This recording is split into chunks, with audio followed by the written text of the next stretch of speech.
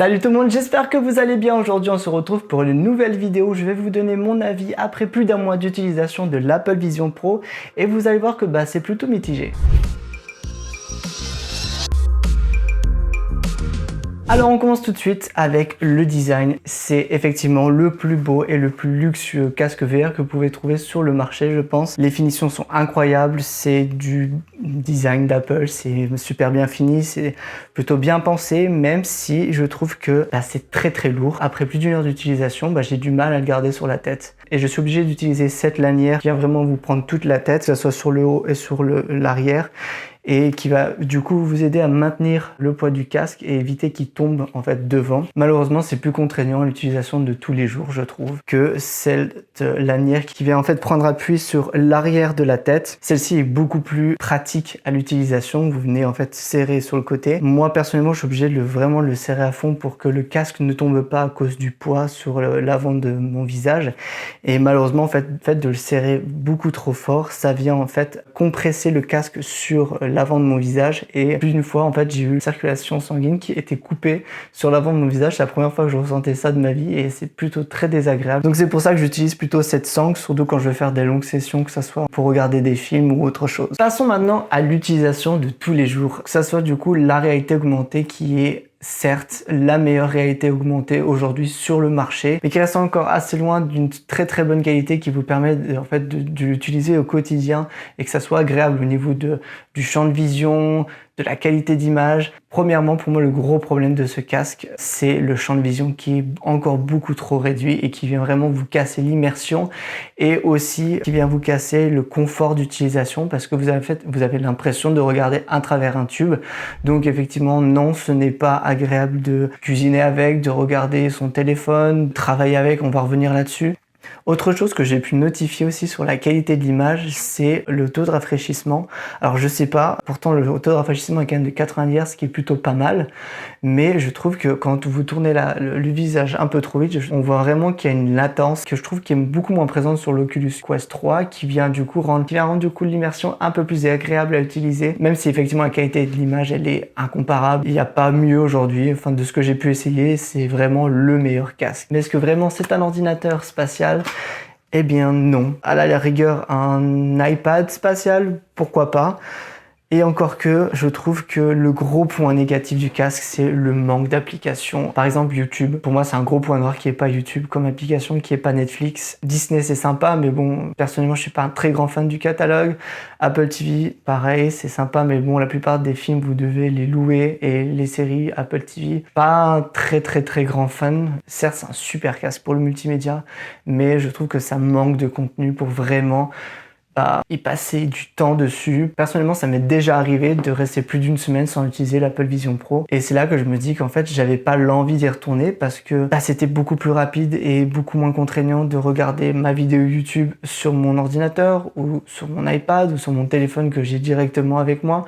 J'ai pas besoin d'aller chercher le casque, mettre le casque, brancher la batterie, être sûr qu'il y ait de la batterie parce que ça m'est déjà arrivé plus d'une fois qu'il n'y ait pas de batterie. Du coup, j'abandonne, j'ai juste pas envie. Et que du coup, c'est assez contraignant. Alors oui, vous pouvez me dire que vous pouvez regarder YouTube sur Safari. Personnellement, je déteste utiliser Safari sur l'Apple Vision Pro.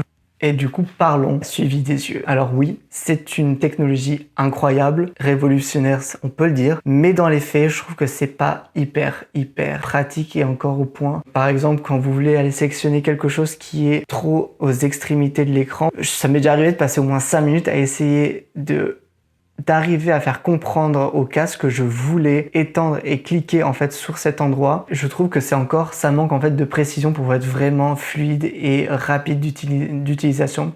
Et YouTube sur Safari, à cause de ça, c'est ingérable. Quand vous voulez cliquer sur agrandir, vous allez cliquer sur avancer la vidéo ou vous allez cliquer sur une autre vidéo parce que vous essayez d'être aussi rapide que quand vous utilisez un téléphone ou l'iPad. Donc c'est vraiment une gymnastique à prendre pour l'utiliser. Et en fait, je trouve ça plus handicapant et ça vient rajouter en fait une couche sur le fait que vous n'avez pas forcément envie de revenir sur l'utilisation du casque. Parce qu'aujourd'hui, le casque, il est fait pour quoi ? Pour le travail. Personnellement, c'est génial effectivement pour avoir un grand écran, mais c'est pas confortable encore. Pour vraiment travailler des longues heures dessus, personnellement, je travaille sur des logiciels de 3D, de modélisation, de plans, et bah non, personnellement, je trouve pas ça agréable sur du long terme pour travailler sur l'Apple Vision Pro. Premièrement, le confort et le poids du casque. J'ai un écran de 55 pouces et bah, je trouve ça beaucoup plus agréable d'aller travailler sur mon écran directement que dans l'Apple Vision Pro. Par contre, effectivement, hyper pratique quand vous partez en déplacement, et encore que, plus d'une fois, je me suis dit, le sac de transport est quand même vachement grand. C'est un casque en fait de divertissement. C'est pas un ordinateur parce que déjà vous n'avez pas les mêmes applications que vous avez sur votre ordinateur. Donc à la limite c'est plus un iPad spatial qu'un ordinateur spatial. Mais le casque est vraiment génial pour le divertissement. Par exemple regarder un concert. Les films, donc oui, regarder un film sur un écran de 30 mètres, je trouve ça génial. Et pour moi, la meilleure expérience en termes d'immersion et de vraiment avoir l'impression d'être dans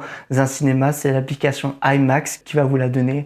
Vous avez vraiment l'impression d'être dans une salle de cinéma IMAX. Et ça, pour le coup, je me suis vraiment pris une claque. Je me suis dit, waouh, je suis dans un cinéma IMAX. L'écran est énorme. Et je trouve ça vraiment assez ouf. Malheureusement, ce qui vient encore contrebalancer ça, c'est le manque de contenu.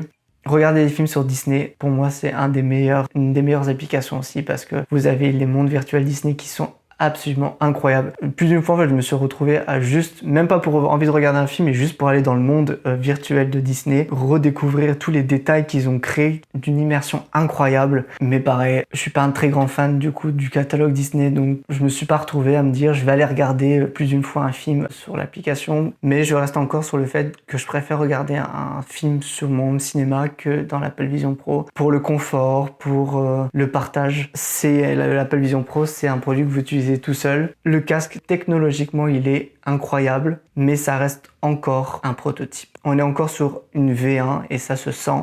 Ça se sent en termes d'application, de contenu, en termes de design. Et malheureusement, ce n'est pas un ordinateur spatial parce que vous n'avez pas les applications que vous avez sur votre ordinateur. Vous ne pouvez pas faire les mêmes choses sur votre ordinateur que sur le casque. Et que Apple a encore du mal à se positionner sur quel segment il veut vraiment intégrer l'Apple Vision Pro. Je pense que c'est un tout qui fait que je suis pas forcément la cible première de l'Apple Vision Pro parce que je suis un très grand fan de réalité virtuelle pour les jeux. Mais l'Apple Vision Pro, ce n'est pas un casque de jeu. Vraiment, vous voulez un casque de réalité virtuelle pour le jeu, n'achetez pas l'Apple Vision Pro. Dirigez-vous sur d'autres casques de réalité virtuelle faits pour le jeu et le gaming. Si vous voulez un casque pour une utilisation quotidienne en termes pour le travail, pour le divertissement, l'Apple Vision Pro. Vous n'aurez pas mieux en termes de qualité d'image, mais est-ce que vraiment vous allez l'utiliser à sa juste valeur pour 4000 €? Je sais pas. Moi personnellement non. Je réponds à cette question personnellement, c'est un non. Je n'utilise pas le casque à sa juste valeur parce que je pense que je suis pas la cible et qu'il a quand même encore des défauts aujourd'hui, qui fait que du coup aujourd'hui j'ai un avis mitigé après plus d'un mois d'utilisation. Donc on arrive à la fin de cette vidéo. Pour conclure, l'Apple Vision Pro c'est un objet technologique incroyable, c'est un super joli produit, mais qui a quand même encore aujourd'hui beaucoup de défauts. On est sur un produit qui est un prototype, qui est une V1, donc il faut être un peu indulgent aussi avec Apple, à voir comment ils vont lancer le produit dans le monde, à voir comment ils vont développer les applications, développer l'interface, et je suis vraiment curieux de savoir comment ils vont amener une version moins chère sur le marché, qui pourrait vraiment être l'explosion de l'Apple Vision Pro, parce que ce produit est encore beaucoup trop cher pour le grand public et surtout pour l'utilisation qu'on en a aujourd'hui. C'est vraiment un produit de niche qui n'est pas fait pour tout le monde, qui n'est pas forcément fait pour moi alors que je suis un très grand fan de réalité virtuelle et de réalité augmentée. Je pense que c'est le futur. Donc voilà, c'était un peu une vidéo courte sur mon avis sur l'Apple Vision Pro après un mois d'utilisation. Je vais garder le casque parce que pour le développement, pour voir ce qui va arriver avec les mises à jour et j'espère que ça va se développer. Et c'est aussi parce que personnellement c'est un objet de collection. C'est comme avoir le premier iPhone. C'est des objets aussi qui font partie d'une histoire, une histoire de la technologie qui personnellement me passionne. Donc oui, je recommande pas aujourd'hui d'acheter l'Apple Vision Pro si vous n'êtes pas sûr que ce produit est fait pour vous. N'hésitez pas à vous abonner pour de futures vidéos. Portez-vous bien et je vous dis à la prochaine vidéo.